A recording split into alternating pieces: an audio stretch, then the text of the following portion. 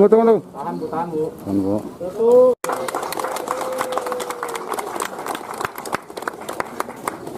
Terabas.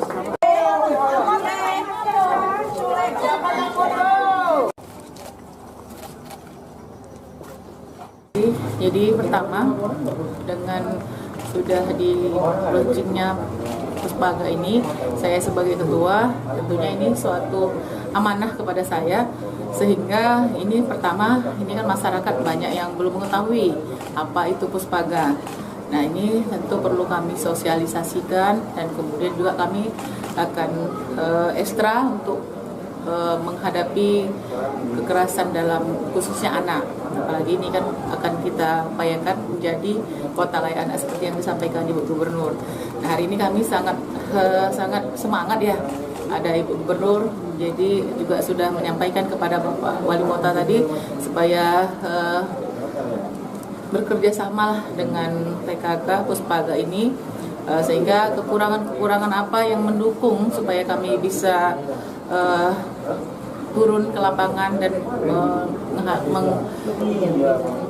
menangani masalah-masalah yang ada di Kota Suku Salam ini. Kalau selama ini kan banyak juga ya organisasi-organisasi yang menangani ini, tapi terkendala mungkin di pembiayaan, di anggaran.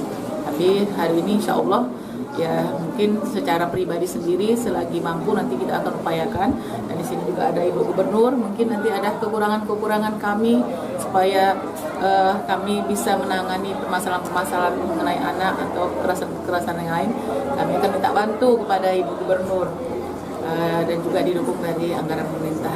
Insya Allah. Pertama tentunya saya memberikan apresiasi yang sebesar-besarnya kepada Kota Suku Salam yang pada hari ini sudah memiliki Puspaga, layanan pusat pembelajaran keluarga, yang tentunya ini dalam rangka kita adalah pencegahan dari KDRT dan lain sebagainya yang terkait dengan keluarga.